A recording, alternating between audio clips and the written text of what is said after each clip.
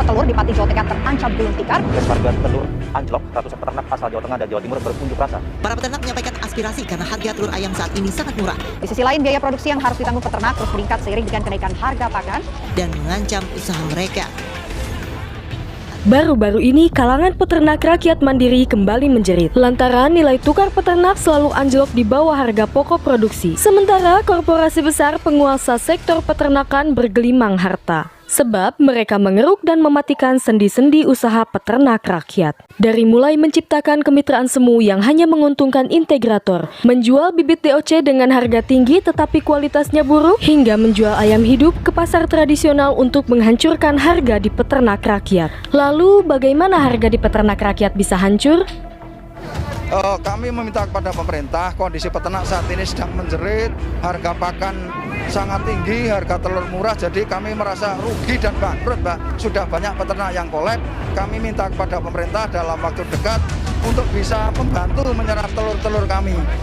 Undang-Undang 18 tahun 2009 tentang peternakan dan kesehatan hewan telah melegitimasi perusahaan integrasi untuk menguasai bisnis perunggasan dari hulu ke hilir. Dalam regulasi tersebut, perusahaan integrasi dapat menguasai seluruh sarana produksi ternak dari mulai bibit, pakan, dan obat ternak. Ditambah mereka diberikan hak budidaya yang semula hanya dimiliki oleh peternak rakyat mandiri. Sementara peternak rakyat mandiri hanya memiliki kandang untuk berbudidaya, tetapi seluruh faktor produksinya harus membeli dari perusahaan integrasi. Sehingga ketika korporasi besar atau perusahaan integrasi menjual hasil budidayanya ke pasar tradisional, maka harga ayam hasil budidaya peternak rakyat akan hancur di bawah harga pokok produksi peternak rakyat mandiri.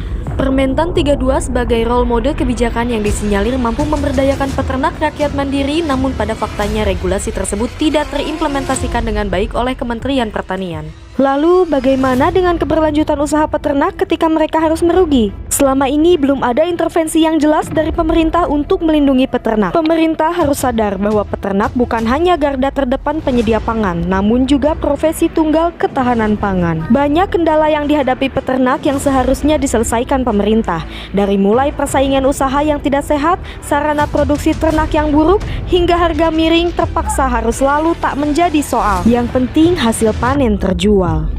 Struktur pasar dan rantai panjang distribusi juga seharusnya diputus agar impian para peternak menerima laba yang pantas tidak ikut pupus.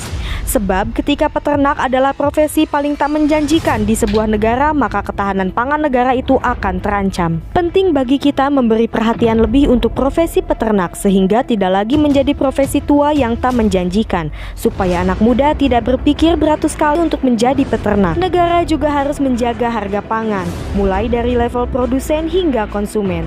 Sistem perlindungan dan ketahanan peternak juga harus diperkokoh, sehingga tidak ada lagi ancaman-ancaman yang mampu menghancurkan peternak. Sejak dulu Bung Karno pernah bilang, soal pangan adalah soal hidup matinya suatu bangsa. Salah satu kuncinya adalah kesejahteraan saka guru pangan, yang tak lain tak bukan adalah peternak.